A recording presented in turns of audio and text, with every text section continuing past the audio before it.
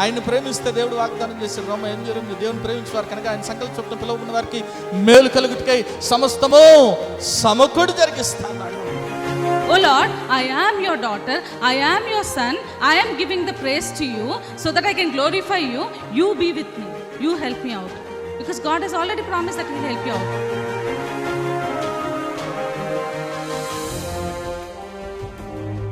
ఎన్నో మార్లు ఆయన తప్పులు చేస్తూ పాపము చేస్తూ నీకు విరోధంగా నడుస్తున్న మా కొరకు నాయన, అవిధేయులైన మా కొరకు ప్రభా నాయన తండ్రి, నీవు ఆ సెలవులో వెల చెల్లించావు కదా నాయన తండ్రి. నీవు నాయన మరణాన్ని జయించడం ద్వారా సజీవుడు అవటం ద్వారా నాయన ప్రభా తండ్రి యేసయ్యా, మరి నాయన మేము ఈరోజు సజీవులుగా ఉన్నాం కదా తండ్రి.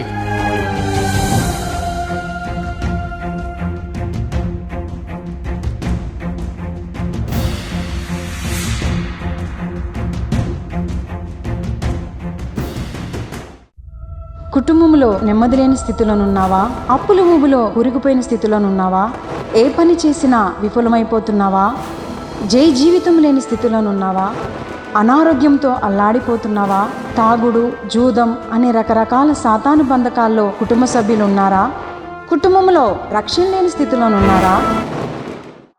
అయితే మీ సమస్యల నిమిత్తమై ప్రార్థన చేయటానికి మేము సిద్ధంగా ఉన్నాం. మీ ప్రార్థన అవసరత ఏదైనా సరే మాకు తెలియజేయగలరు. El Shaddai Prayer Tower, 306 3rd floor, Eden Square, above Spar Hypermarket, beside Apollo Hospital, Secunderabad. మా ఫోన్ నంబర్ 8885013886. దేవుడు మీ ప్రతి అవసరతను క్రీస్తు యేసు మహదైశ్వర్యంలో తీర్చునుగాక.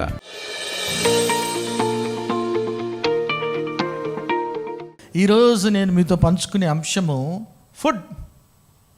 ఏంటి? ఆహారం కదా. ఆహారం, ఫుడ్ వద్దన్నో ఎవరైనా ఉన్నారా?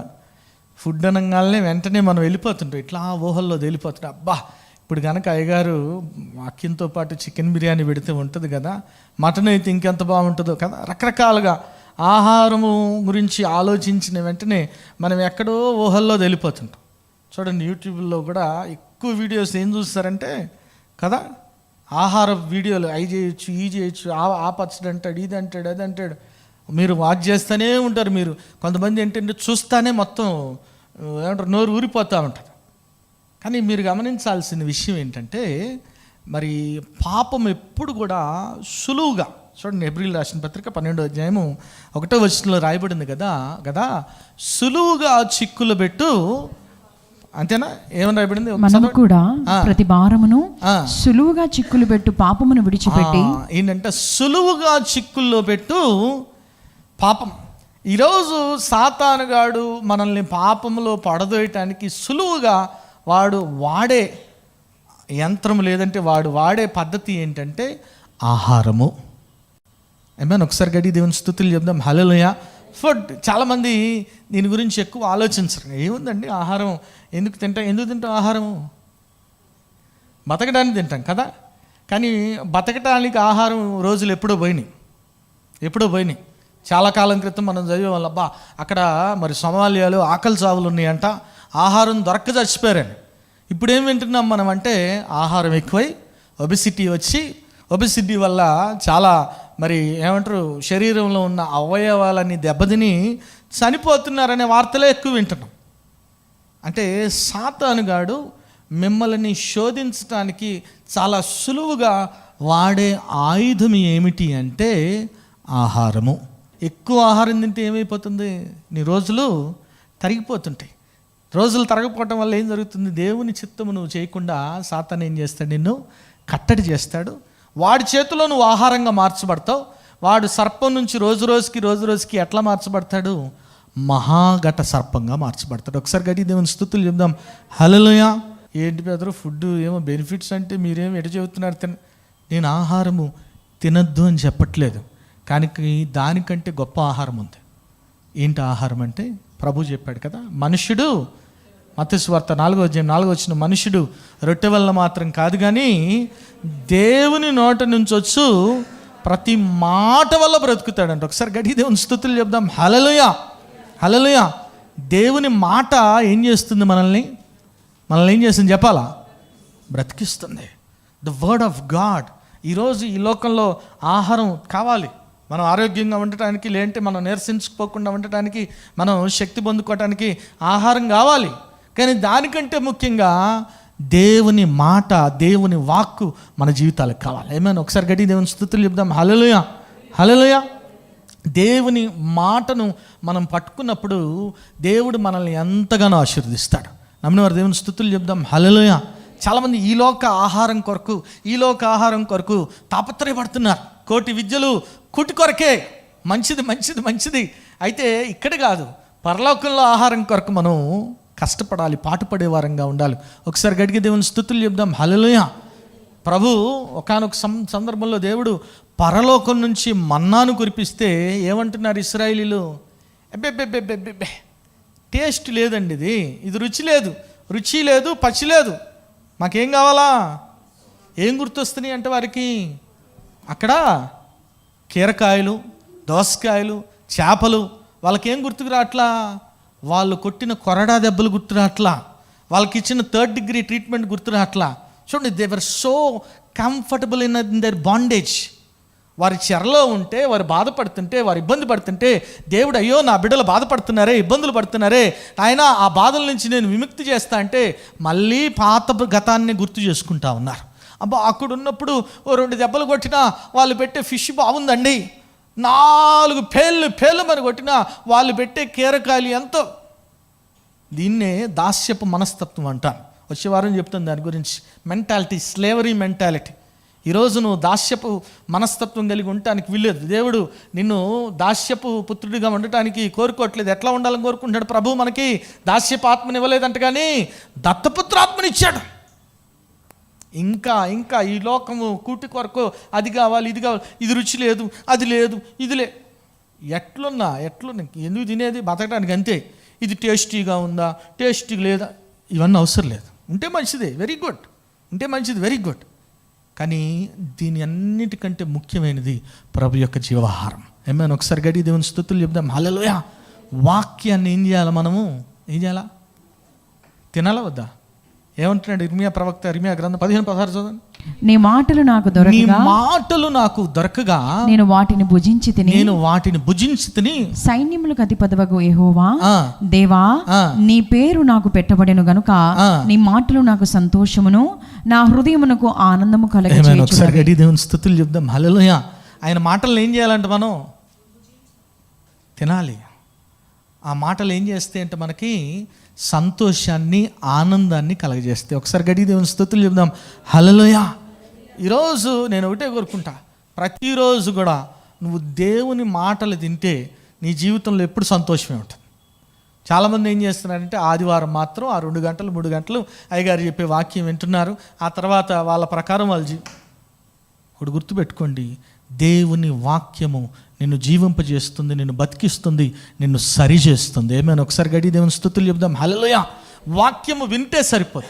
చాలామంది ఇంకా మొదటి స్టేజ్లోనే ఉన్నారు. ఏంటది? వాక్యాన్ని వింటున్నారు. ఇందాక అమ్మగారు చెప్పారు, వింటం కాదు కానీ వాక్యాన్ని ఏం చేయాలంట? గ్రహించాలి ముందుగా.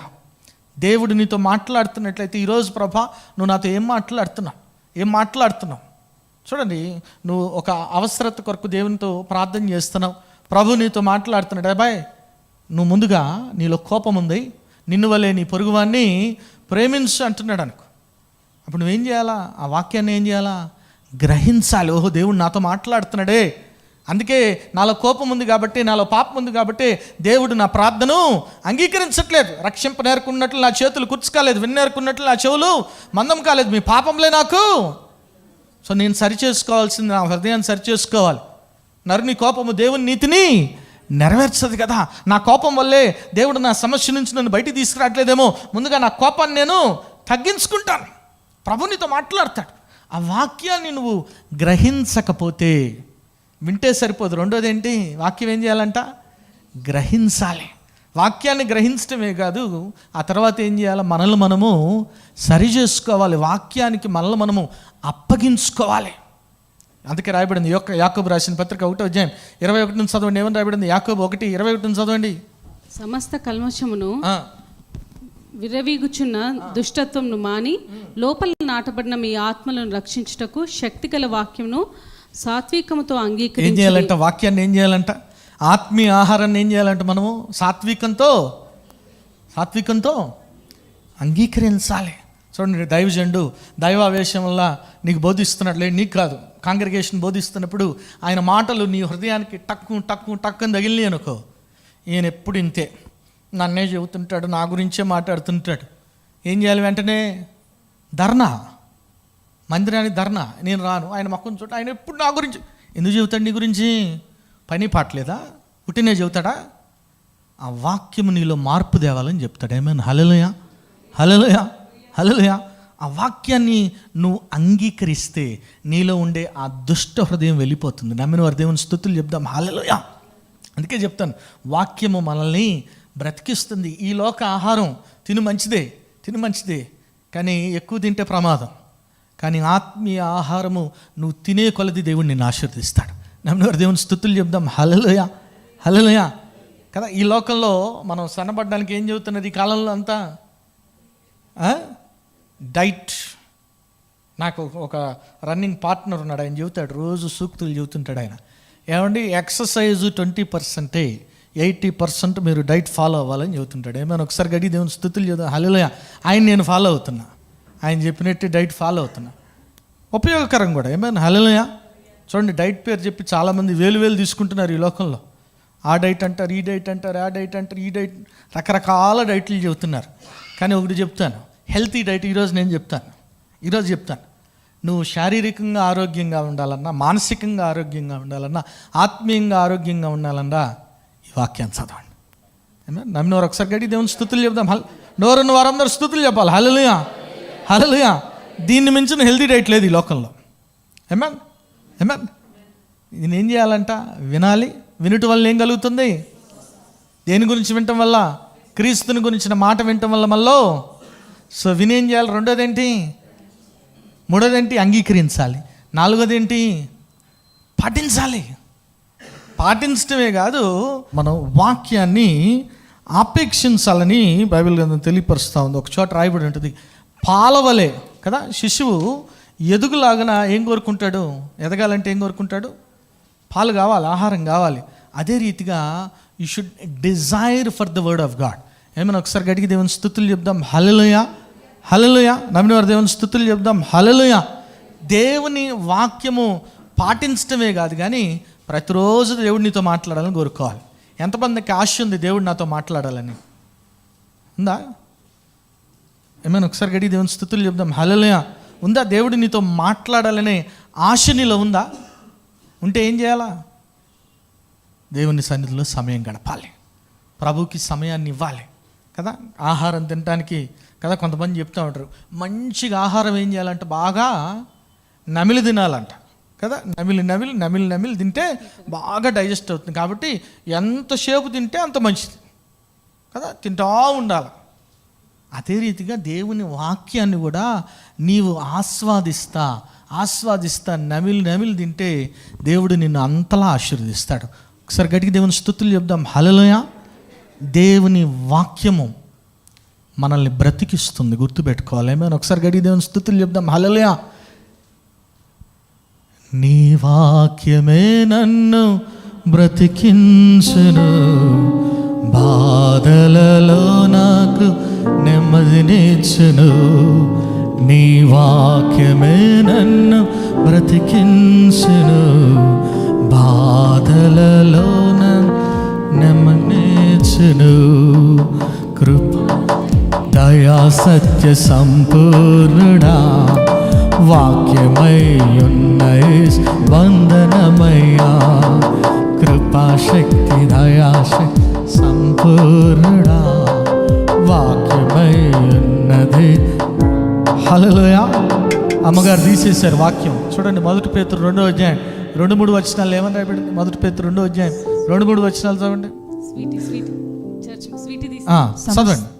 సమస్తమైన దుష్టత్వమును, సమస్తమైన కపటమును, వేషధారణను, అసూయను, సమస్త దూషణలను మాటలు మాని క్రొత్తగా జన్మించిన శిశువుల వలన పోలిన వారై నిర్మలమైన వాక్యమును పాలవలన రక్షణ విషయంలో ఎదుగు నిమిత్తము ఆ పాలను ఆపేక్షించు.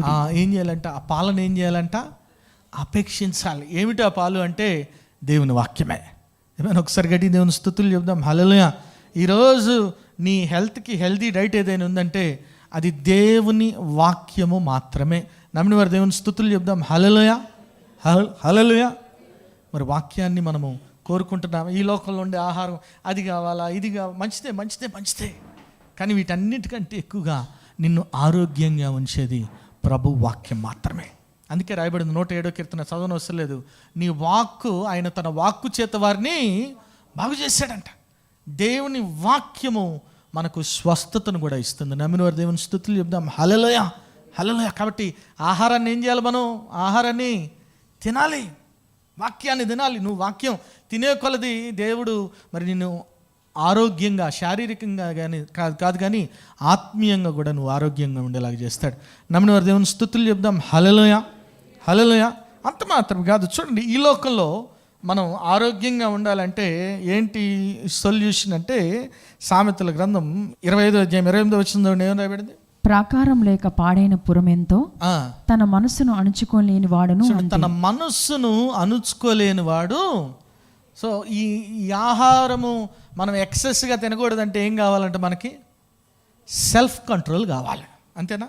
మరి ఆత్మీయ ఆహారము మన జీవితంలో పనిచేయాలన్నా కూడా మనకు సెల్ఫ్ కంట్రోల్ కావాలి. ఏంటి ఆ సెల్ఫ్ కంట్రోల్ అంటే, ప్రభు చెప్పాడు ఏంటి ఆయనకు ఆహారం అంట. యోహాను సువార్త 4వ అధ్యాయం 32 నుంచి 34 వచనాలు చదవండి. ఏమని రాయబడింది? యోహాను సువార్త 4వ అధ్యాయం 32 నుంచి 34 వచనాలు. అందుకు ఆయన, భుజించుటకు మీకు తెలియని ఆహారం నాకు ఉన్నదని వారితో చెప్పగా, భుజించుటకు మీకు తెలియని ఆహారం నాకు ఉన్నదని వారితో చెప్పగా, శిష్యులు ఆయన భుజించుటకు ఎవడైనాను ఏమైనానో తెచ్చునేమో అని ఒకనితో నొకడు చెప్పుకునిరి.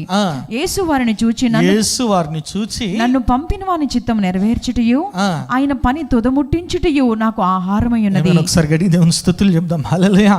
ఏంటంట? యేసయ్యకి ఆహారము తండ్రి చిత్తాన్ని నెరవేర్చడమే యేసయ్యకి ఆహారం. మన ఆహారం కూడా ఏమై ఉండాలా? అయ్యా, నా ఇష్టం కాదు, నా చిత్తం కాదు, నాకు నచ్చింది కాదు నాయన, నీ చిత్తమే నా జీవితంలో సిద్ధించును కాక, నీ ఇష్టం. So we should self control our desires. మన సొంత ఆలోచనలు, మన సొంత చిత్తం కాదు, ప్రభా నీ చిత్తం జరిగించు. ఎందుకంటే ప్రభు చిత్తం ఎప్పుడు కూడా ఎట్లా ఉంటుంది? చదవన అసలు రోమా 12:2 రాయబడింది కదా, ఉత్తమము, అనుకూలము, సంపూర్ణం. God always gives you the best. ఏమన్నా ఒకసారి గడి దేవుని స్తుతులు చెప్దాం. హల్లెలూయా. మన ఆలోచనలు మనం ఎప్పుడు కూడా చిన్న చిన్నగా కోరుకుంటాం, కానీ మన దేవుడు పెద్ద దేవుడు. ఏమన్నా హల్లెలూయా.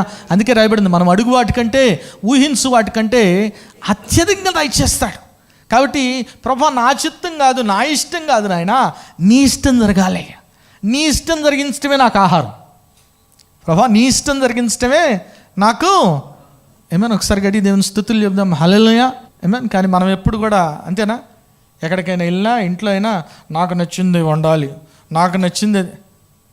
నీకేం నచ్చిందో వండు, నీకేది బాగొచ్చేది వండు, నీకేది ఇంకెంత బాగా వండుతారు. ఏమన్నా ఒకసారి గడి దేవుని స్తుతులు చెప్దాం. హల్లెలూయా, హల్లెలూయా. ఏమన్ ఏమన్. కాబట్టి ఈరోజు మన చిత్తం కాదు కానీ ప్రభు చిత్తం మన జీవితంలో జరగాలని కోరుకోవాలి. అందుకే ఇందాక పాడాం పాట, ప్రభా నీ కోసము జీవిస్తా. అందుకే పౌలు భక్తుడు అన్నాడు, జీవించువాడును నేను కాదు కానీ నాలో జీవించువాడానికా నేను కానే కాను, నాలో క్రీస్తేసుడే జీవించి నడిపించును. జీవించువాడానికా నేను కానే కాను, నాలో క్రీస్తేసుడే జీవించి నడిపించును. హల్లెలూయా, హల్లెలూయా, హల్లెలూయా. స్తోత్రములు రారాజు యేసుకు, మహారాజు క్రీస్తుకు, మహిమ విధునికి వందనములు. జయమే జయమే యేసు నామములో. హల్లెలూయా, హల్లెలూయా. ప్రభా నేను కాదు నాయన, నువ్వు నాలో జీవించాలి.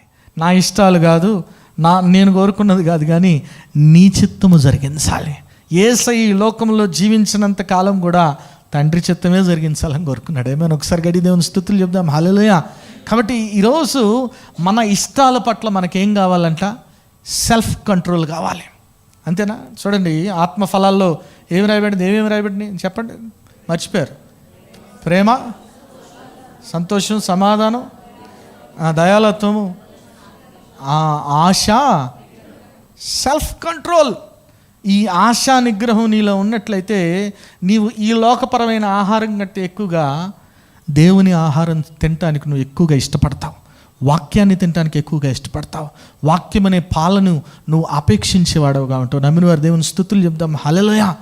ఎందుకంటే వాక్యం ఏం చేస్తుందంటే మనల్ని కదా. యెహోషువ బాలుడు ఆయన, మోషేనే 30 తిప్పలు పెట్టారు వాళ్ళు ఇశ్రాయేలీలు. ఒకానొక సందర్భంలో మోషే గారు, నాయన ఈ భారాన్ని నేను భరించలేను నాయన, వీళ్ళతో నా వల్ల కావట్లేదు. వెంటనే దేవుడు ఒక 70 మంది ప్రవక్తలను ఏర్పరిచాడు అక్కడ ఆ భారం మోయటానికి, ఎందుకంటే వల్ల కావట్లేదు. అట్లాంటిది ఒక యవన బిడ్డకి ఆ లీడర్షిప్ బాధ్యతలు దేవుడు అప్పగించాడు, నాయకత్వం బాధ్యతలు అప్పచెప్పినప్పుడు ప్రభు అతన్ని ఎట్లా ఎక్విప్ చేస్తున్నాడు మీరు చూస్తే యెహోషువ గ్రంథం 1వ అధ్యాయం 7-9 వచనాల వరకు చదవండి. ఏమని రాయబడింది? యెహోషువ, నీవు నిబ్బరము కలిగి జాగ్రత్త పడి బహుధైర్యంగా నుండి నా సేవకుడైన మోషే నీకు ఆజ్ఞాపించిన ధర్మశాస్త్రం అంతటి చొప్పున చేయవలెను. నీవు నడుచు ప్రతి మార్గమున చక్కగా ప్రవర్తించినట్లు నీవు దాని నుండి కుడికి గాని ఎడమకు గాని తొలగిపోకూడదు. ఈ ధర్మశాస్త్ర గ్రంథమును బోధింప తప్పిపోకూడదు. దానిలో వ్రాయబడిన వాటిని ప్రకారము చేయుటకు నువ్వు జాగ్రత్త పడినట్లు దివారాత్రము దాన్ని ధ్యానించిన ఎడల నీ మార్గమును వర్ధిల్ల చేసుకుని చక్కగా ప్రవర్తించెదవు. చెప్దాం, హల్లెలూయా, హల్లెలూయా. నువ్వు వాక్యాన్ని దివారాత్రులు ధ్యానించడమే కాదు, దాన్ని ఏం చేయాలంటున్నాడు? బోధించమంటున్నాడు. ఏమైనా ఒకసారి గడి దేవుని స్తుతులు చెప్దాం, హల్లెలూయా, హల్లెలూయా.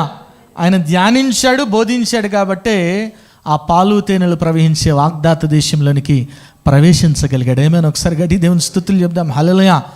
ఆ వాక్యము ఈ లోకపరంగా జీవించజేయటమే కాదు, నీకు శాశ్వత గృహాన్ని ఇస్తుంది, పరలోక భాగ్యం ఇస్తుంది.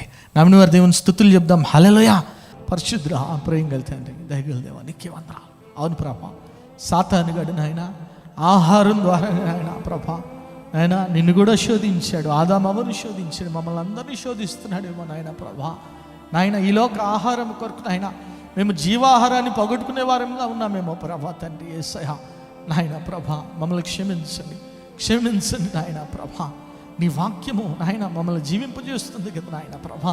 నీ నోట నుంచి వచ్చే ప్రతి మాట మమ్మల్ని బ్రతికిస్తుంది కదా నాయన ప్రభా. తండ్రి యేసయ్యా నాయన నీ ఆహారాన్ని నాయన ఆ జీవాహారాన్ని భుజించే కృపను మాకు దయచేయమని అడుగుతున్నాం ప్రభా. తండ్రి యేసయ్యా నాయన తండ్రి, పాపముతో నాయన మా హృదయం నిండుకొనిందేమో, ఇతరులను ప్రేమించకుండా ఇతరుల పట్ల పగ, ప్రతీకారము, కోపము, ద్వేషము, నాయన మత్తతులు, అసూయలు నాయన ప్రభా, మరి ఇవన్నిటితో నిండుకొనిందేమో ప్రభా. తండ్రి యేసయ్యా మీరు వాక్యంలో తెలియపరుస్తున్నారు నాయన. తిండిపోతులు కూడా నాయన పరలోకానికి చేరలేరంట నాయన ప్రభా. నాయన తిను తాగు సుఖించని సాతానుగాడు నాయన మమ్మల్ని మభ్యపెడుతున్నాడేమో ప్రభా. తండ్రి యేసయ్యా నాయన మమ్మల్ని క్షమించండి నాయన. నీ పరలోకపు రాజ్యానికి నాయన మమ్మల్ని వారసులుగా చేయమని అడుగుతా ఉన్నాం ప్రభా. ఆయన తండ్రి ప్రభా, జీవాహారాన్ని తినేవారంగా, ఎందుకంటే నీ వాక్యం మమ్మల్ని బ్రతికిస్తుంది నాయన ప్రభా. నీ వాక్యపు వెలుగులో బిడల ముందు కొనసాగుతున్నాయన ఫలించడి కొమ్మల వలె ఉండే కృపద ఇచ్చేమని ప్రతి ఒక్క బిడ్డను కూడా దీవించి ఆశీర్వదించమని నజరేయుడైన యేసు నామములో ప్రార్థించి వేడుకుంటాము తండ్రి, ఆమేన్. ప్రభు అయిన యేసుక్రీస్తు నామమున మీ అందరికీ శుభములు. ఈ వారం బైబిల్ క్విజ్ యెహెజ్కేలు గ్రంథం నుండి. మొదటి ప్రశ్న, బ్లాంక్ నొందిన కారుబువై ఒక ఆశ్రయం నుండివి. ప్రశ్న మరోసారి, బ్లాంక్ నొందిన కారుబువై ఒక ఆశ్రయం నుండివి. రెండవ ప్రశ్న, ఐగుప్తు ఇశ్రాయేలులకు ఏమాయెను. ప్రశ్న మరోసారి, ఐగుప్తు ఇశ్రాయేలులకు ఏమాయెను. మూడవ ప్రశ్న, ఏ పట్టణపు యవనులు ఖడ్గము చేత కూలిరి. ప్రశ్న మరోసారి, ఏ పట్టణపు యవనులు ఖడ్గము చేత కూలిరి. ఈ ప్రశ్నలకు గల సమాధానములు స్క్రీన్పై కనిపిస్తున్న నంబర్కి తెలియజేయగలరు. గత వారం బైబిల్ క్విజ్ ప్రశ్నలకు సమాధానాలు. మొదటి ప్రశ్నకు జవాబు నా పగ, యెహెజ్కేలు 25:14. రెండో ప్రశ్నకు జవాబు తూరు, యెహెజ్కేలు 26:2. మూడో ప్రశ్నకు జవాబు ద్వీపము, యెహెజ్కేలు 26:15. ఈ వారం బైబిల్ క్విజ్ విజేత అరుణ గారు ఫ్రమ్ సక్కినేటిపల్లి. ఇప్పటి వరకు అనేక ప్రోగ్రామ్స్ జరిగినాయి, మీరు చూడొచ్చు, వాచ్ చేయొచ్చు. మరి చూడండి, బలపడండి, పరిశుద్ధాత్మను పొందుకోండి. ఆమేన్.